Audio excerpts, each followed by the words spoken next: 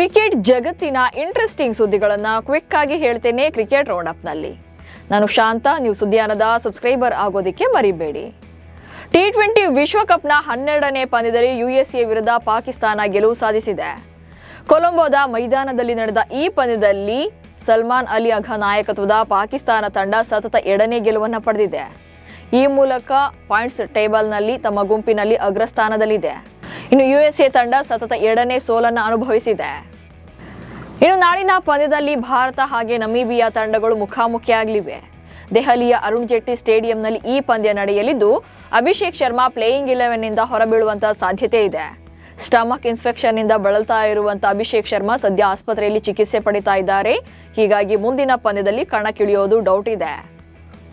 ಅಭಿಷೇಕ್ ಶರ್ಮಾ ನಮೀಬಿಯಾ ವಿರುದ್ಧದ ಪಂದ್ಯದಿಂದ ಹೊರಗುಳಿದ್ರೆ ಅವರ ಬದಲಿಗೆ ಸಂಜು ಸ್ಯಾಮ್ಸನ್ ಆರಂಭಿಕರಾಗಿ ಕಣಕ್ಕಿಳಿಯಲಿದ್ದಾರೆ.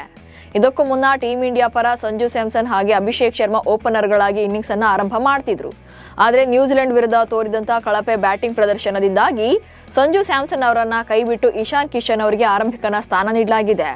ಇದೀಗ ಅಭಿಷೇಕ್ ಶರ್ಮಾ ಗೈರಾದ್ರೆ ಸಂಜು ಆಡಲಿದ್ದಾರೆ. ಟಿ20 ಕ್ರಿಕೆಟ್ನಲ್ಲಿ ಅಭಿಷೇಕ್ ಶರ್ಮಾ ಅವರ ವಿಶ್ವ ದಾಖಲೆ ಮುರಿದು ಬಿದ್ದಿದೆ. ಟಿ20 ಕ್ರಿಕೆಟ್ನಲ್ಲಿ ಅತಿ ಕಡಿಮೆ ಎಸೆತಗಳಲ್ಲಿ 5,000 ರನ್ ಪೂರೈಸಿದ ವಿಶ್ವ ದಾಖಲೆಯನ್ನ ಅಭಿಷೇಕ್ ಶರ್ಮಾ ಇತ್ತೀಚೆಗೆ ನಿರ್ಮಿಸಿದ್ರು. ಇದೀಗ ನ್ಯೂಜಿಲೆಂಡ್ನ ಫಿನ್ ಅಲೆನ್ ಈ ದಾಖಲೆಯನ್ನ ಬ್ರೇಕ್ ಮಾಡಿದ್ದಾರೆ. ಫಿನ್ ಅಲೆನ್ ಅಭಿಷೇಕ್ ಶರ್ಮಾಗಿಂತ 44 ಎಸೆತಗಳನ್ನ ಕಡಿಮೆ ಆಡಿ 5,000 ಟಿ20 ರನ್ಗಳನ್ನ ಕಂಪ್ಲೀಟ್ ಮಾಡಿದ್ದಾರೆ. USA ವಿರುದ್ಧದ ಪಂದ್ಯದಿಂದ ಹೊರಗುಳಿದಿದ್ದ ಜಸ್ಪ್ರೀತ್ ಬುಮ್ರಾ ನಮೀಬಿಯಾ ವಿರುದ್ಧ ಕಣಕ್ಕಿಳಿಯೋದು ಕನ್ಫರ್ಮ್ ಆಗಿದೆ. ಜ್ವರದಿಂದ ಮುಂಬೈನ ವಾಂಖೆಡೆ ಸ್ಟೇಡಿಯಂನಲ್ಲಿ ನಡೆದ ಮೊದಲ ಪಂದ್ಯದಲ್ಲಿ ಬುಮ್ರಾ ಕಣಕ್ಕಿಳಿದಿರಲಿಲ್ಲ. ಇದೀಗ ಜ್ವರದಿಂದಾಗಿ ಸಂಪೂರ್ಣ ಚೇತರಿಸಿಕೊಂಡಿದ್ದು ಅಭ್ಯಾಸವನ್ನು ಆರಂಭಿಸಿದ್ದಾರೆ. ಹೀಗಾಗಿ ನಮೀಬಿಯಾ ವಿರುದ್ಧ ಅವರು ಕಣಕ್ಕಿಳಿಯೋದು ಖಚಿತವಾಗಿದೆ. ಪಾಕಿಸ್ತಾನ ತಂಡ ಭಾರತದೊಂದಿಗೆ ಕ್ರಿಕೆಟ್ ಆಡೋಕೆ ಸಿದ್ಧವಾಗ್ತಾ ಇದ್ದಂತೆ ಹಲವು ವಿಮಾನಯಾನ ಸಂಸ್ಥೆಗಳು ಮುಂಬೈ ಕೊಲಂಬೋ ವಿಮಾನ ಟಿಕೆಟ್ ದರವನ್ನು ಏರಿಕೆ ಮಾಡಿವೆ. ಮೂಲಗಳ ಪ್ರಕಾರ ಭಾನುವಾರ ಭಾರತ ಪಾಕಿಸ್ತಾನ ವಿರುದ್ಧ ಆಡಲಿದೆ ಅನ್ನೋದು ಕನ್ಫರ್ಮ್ ಆದ ಕೆಲವೇ ನಿಮಿಷಗಳಲ್ಲಿ Mumbai to Colombo Mumbai round trip ಬೆಲೆಗಳು 10,000 ರೂಪಾಯಿಗಳಿಂದ 60,000 ರೂಪಾಯಿಗಳಿಗೆ ಏರಿಕೆಯಾಗಿದೆ. ಭಾರತೀಯರು ಬಳಸುವಂತಹ ಬ್ಯಾಟ್ಗೆ ರಬ್ಬರ್ ಪದರ ಅನ್ವಯಿಸಲಾಗ್ತಿದೆ ಎಂದು ಹೇಳಿದ ಶ್ರೀಲಂಕಾ ಕ್ರಿಕೆಟಿಗ ಭಾನುಕ ರಾಜಪಕ್ಸೆ ಈಗ ಯೂಟರ್ನ್ ಹೊಡೆದಿದ್ದಾರೆ. ನನ್ನ ಮಾತು ಹೊಗಳಿಕೆ ಉದ್ದೇಶವಾಗಿತ್ತು. ಭಾರತೀಯ ಕ್ರಿಕೆಟ್ ಸಾಕಷ್ಟು ಅಪ್ಡೇಟ್ ಆಗಿದೆ. ಅವರ ಬ್ಯಾಟ್ ತಯಾರಕರು ನಿಜವಾಗೂ ಕೂಡ ವಿಶ್ವದ ಅತ್ಯುತ್ತಮ ತಯಾರಕರಲ್ಲಿ ಒಬ್ರು. ಇದನ್ನೇ ನಾನು ಭಾರತೀಯರು ಬಳಸುವ ಬ್ಯಾಟ್ ಅತ್ಯುತ್ತಮವಾಗಿದೆ ಎಂದಿದ್ದೇನೆ.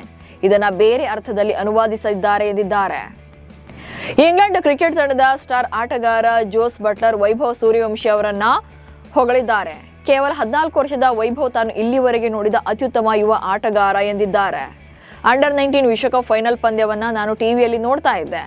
ಆತ ಆಡಿದಂಥ ಒಂದೊಂದು ಶಾಟ್ ಕೂಡ ನಂಬೋಕೆ ಅಸಾಧ್ಯವಾಗಿತ್ತು. 14ನೇ ವಯಸ್ಸಿನಲ್ಲಿ ಯಾರಾದರೂ ಹೀಗೆ ಆಡ್ತಾರೆ ಅಂತ ಊಹಿಸೋಕು ಕೂಡ ಸಾಧ್ಯವಿಲ್ಲ ಎಂದಿದ್ದಾರೆ. ಮಾಸ್ಟರ್ ಬ್ಲಾಸ್ಟರ್ ಸಚಿನ್ ತೆಂಡೂಲ್ಕರ್ ಅವರು ಫ್ಯಾಮಿಲಿ ಸಮೇತ ಪ್ರಧಾನಿ ನರೇಂದ್ರ ಮೋದಿ ಅವರನ್ನ ಭೇಟಿಯಾಗಿ ತಮ್ಮ ಮಗ ಅರ್ಜುನ್ ಮತ್ತು ಸಾನಿಯಾ ಚಂದೋಕ್ ಮದುವೆಗೆ ಆಹ್ವಾನ ನೀಡಿದ್ದಾರೆ. ಮೋದಿ ಮಾತ್ರವಲ್ಲದೆ ರಾಷ್ಟ್ರಪತಿ ದ್ರೌಪದಿ ಮುರ್ಮು, ಲೋಕಸಭೆಯ ವಿರೋಧ ಪಕ್ಷದ ನಾಯಕ ರಾಹುಲ್ ಗಾಂಧಿ ಅವರನ್ನು ಕೂಡ ಆಹ್ವಾನಿಸಿದ್ದಾರೆ. ಮೋದಿ ಜೊತೆಗಿನ ಫೋಟೋಗಳನ್ನು ಶೇರ್ ಮಾಡಿದ್ದಾರೆ. ರಾಯಲ್ ಚಾಲೆಂಜರ್ಸ್ ಬೆಂಗಳೂರು ಫ್ರಾಂಚೈಸಿಗೆ ಮುಂಬೈ ಕ್ರಿಕೆಟ್ ಅಸೋಸಿಯೇಷನ್ ಶಾಕ್ ಕೊಟ್ಟಿದೆ. IPLನ 5 ತವರು ಪಂದ್ಯಗಳಿಗಾಗಿ ಮುಂಬೈನ DY ಪಾಟೀಲ್ ಕ್ರೀಡಾಂಗಣದ ಬಳಕೆಗೆ NOC ನೀಡೋಕೆ ಮುಂಬೈ ಕ್ರಿಕೆಟ್ ಅಸೋಸಿಯೇಷನ್ ನಿರಾಕರಿಸಿದೆ.